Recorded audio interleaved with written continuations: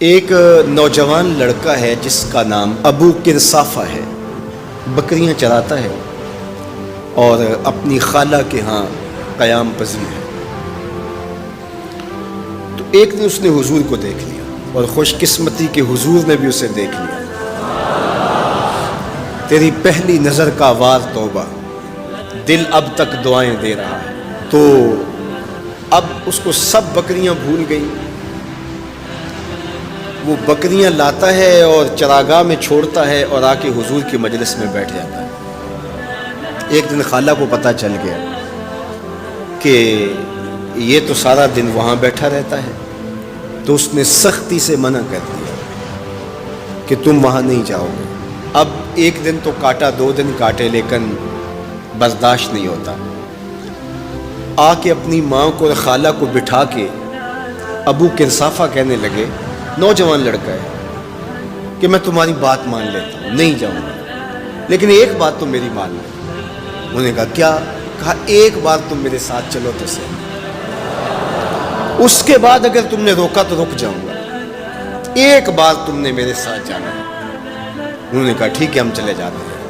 حامی بھر لی، خیال تھا کہ ٹھیک ہے اس کی کہنے پہ ہو آتے ہیں، اور اس کے بعد جو ہے وہ اس کو پھر زور بھی دینا پڑے گا، اس کی شرط پوری ہو جائے گی۔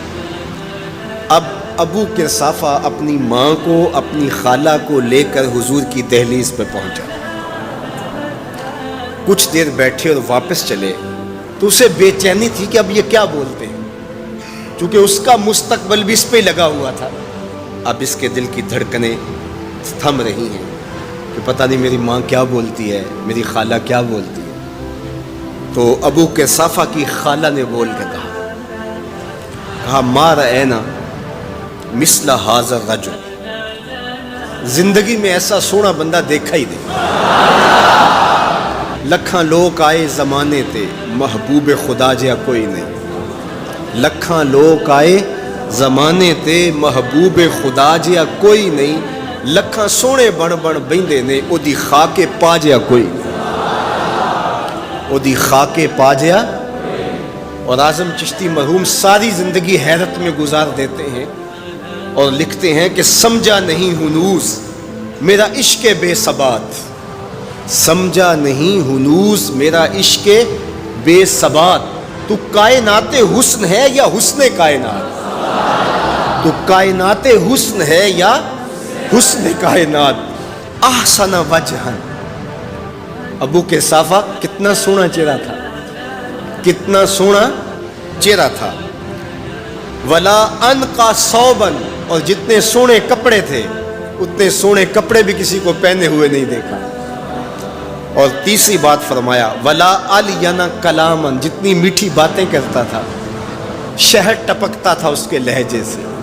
اللہ اکبر، اس کے لہجے سے شہد ٹپکتا تھا۔ تینوں سینے دی میں ٹھنڈ آکھاں، شہد گلاب تے کھنڈ آکھاں، تینوں نبیاں دا میں لاڑا آکھاں، تیرے ہجر دے وچ میں ہاڑا آکھاں۔ تو کہا ابو کرصافہ آج کے بعد ہم تجھے نہیں روکیں گے، سویرے آیا کر، شام آیا کر، دوپہر آیا کر، تو جی بھر کے محمد کے چہرے کو دیکھا۔